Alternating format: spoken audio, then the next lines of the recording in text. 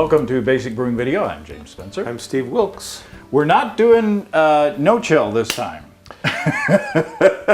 My world is rocked. In fact, I mean it is kind of no chill because it's hot. We're talking about hot fermentation. Hot. I got I got an email from Jeff at Bootleg Biology, who they make yeasts in kind of off kilter, and non-traditional yeasts. Non-traditional yeast.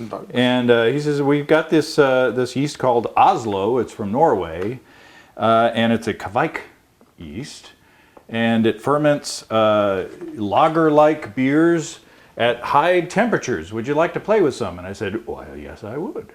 So I decided I looked on the website, and it said the temperature range was something to 98 degrees Fahrenheit. So I said, well, let's do 98 degrees Fahrenheit. So what I did... So you brewed this at 98, fermented. I'm getting ahead of myself. Spoiler alert. Okay, here we go. Let's just jump right into it. This is a 5-gallon batch. I start out with 10 pounds or 4.5 kilograms of German Pils. And that's it. I mashed that at 150 degrees Fahrenheit or 65 C for an hour or so. And I added 1 ounce or 28 grams of Hallertauer Tradition at 6.1% alpha acid at 60 minutes. And then I did a 60-minute boil, and at flame out, I did another ounce of that same hop, the Hallertauer Tradition. Then I cooled down the wort to 98 degrees Fahrenheit, and I racked it into a glass carboy. And then I cleaned out my high gravity brewing system, made a water bath, and did sous vide with the carboy in there at 98 degrees Fahrenheit. And pitched, nice. Oh, by the way, I pitched the Bootleg Biology yeast with no starter, just to see what would happen. And that fermented, it started pretty darn quick. I pitched it at 3:30 in the afternoon. By 7 o'clock that night, it was going. 2 days later, it was done. I took a gravity reading. It had gone down to 1010. The hydrometer sample was clear, so I took the carboy and I put it up in my kegerator to cool it down. And then the next day, I kegged it. And wow! And that's it. Like a day or two later, it was ready to drink. So 48-hour fermentation, and then just cooling it down and kegging it, and within like 4 or 5 days, you got from grain bag to finished beer. That's stunning. So, okay, and the stats: original gravity 1049, final gravity 1010. ABV 5.2%, and any other details? I don't know. Let's just. It looks beautiful. It's got a nice head. It's gone down since I've been talking. It's in keg upstairs. It's a very pretty beer. Cheers. Nice bright golden hue. has a pinkish hue.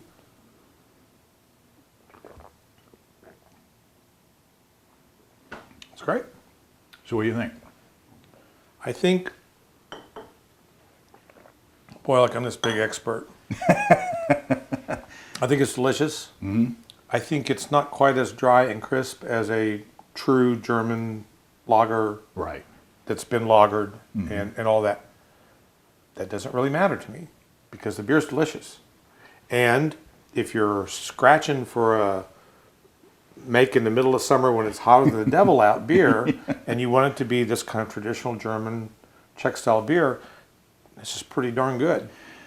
I think I like it. The hop character doesn't come through very much to me. It's it could be a little more bitter. I could have bittered it a little more. Yeah, and I think that not being very articulate, one of the things that comparing it to a real Pilsner or Helles is that it would have a little bit sharper hop character. Not bitter like an IPA like we think of, but just that crisp sharpness that those beers have. But the malt does taste like a Pilsner. It definitely does. And, you know, if you just poured this beer and given it to me I would assume that it's some kind of a, boy. A Pilsner-esque beer. Pilsner-esque beer. I mean, I wouldn't even question. I would just drink it and go, wow, that's a good beer. I wouldn't even think about it. But to think that it was fermented at body temperature. That's what I mean. It's just, killer. It's super, super clean. I got a variety pack of Boulevard beers, and there was a blonde ale in there. And to me, this tastes more like, it's still Pilsner-esque, but it tastes to me more like a blonde ale than a strict I would agree with Pilsner. that. Yeah, I would definitely agree with that. So, But it's still super clean. yeah. I mean, there's no fermentation defects at all. That's what's crazy about these The Kveik Kveik strains. Yeah. Every one that we've tried, regardless of where it came from, has been able to handle high temperatures and produce a nice, clean, if a little bit fruity, but a nice, clean beer. It doesn't get weird like a too hot saison. It doesn't go to that place. Yeah, we did that experiment with Imperial Loki at low temperature and high temperature. Right. Both delicious beers, fairly close in my opinion, really, frankly. But the fact that I could ferment that at 90 degrees is what I think I fermented that one, and it came out delicious and clean. So I think Kveik, we're going to be hearing, and we already are hearing a lot about these Kveik yeasts, and we're going to be hearing more because they are so fun to play with. And if you live in the south of the United States, or if you live in Australia, where it's darn hot down there too, you can brew lagerish beers in the middle of summer and not have to worry. Well, or even, I have customers that are using the Loki strain that are brewing like IPAs with it right now, because even it's hot here, and guys will stop brewing in the middle of July, middle of August. But I've had some guys come in and say, wow, I know that the temperature range is so wide on that, and they're brewing their beers, whatever their beers are, with the Loki strain because of that tolerance. And so I'm sure it's the same for the Oslo strain, clearly in the demonstration. And then the other thing that's so stunning about this is how quickly the beer went from brew day to drink day. And that yeast just went boom and settled out. It's remarkable. It was gone. It's a little cloudy, but I think that might be more of a protein haze kind of a thing. It's definitely not yeast. It's not yeast. Because it's been in there now. It's been in there a few weeks. And the beer doesn't taste yeasty to me at all. It's just got a nice mildness. It could probably use a few more IBUs on the back end. But just to crisp it up a little bit. But otherwise, I'd be happy to have brewed that beer, and I'd darn sure be happy to serve it. This would be one that your friends that aren't really big into craft beers would enjoy. Yeah. It's not going to put anybody off. It's a good entry-level beer. Yeah, for sure. It's certainly, if not, maybe not a perfect Pilsner, it's a darn good cream ale. Yes, it is. I was actually going to say it reminded you more of a blonde. And I used to go around with a little blonde. But it reminds me, thank you, Groucho. It reminds me more of a cream ale.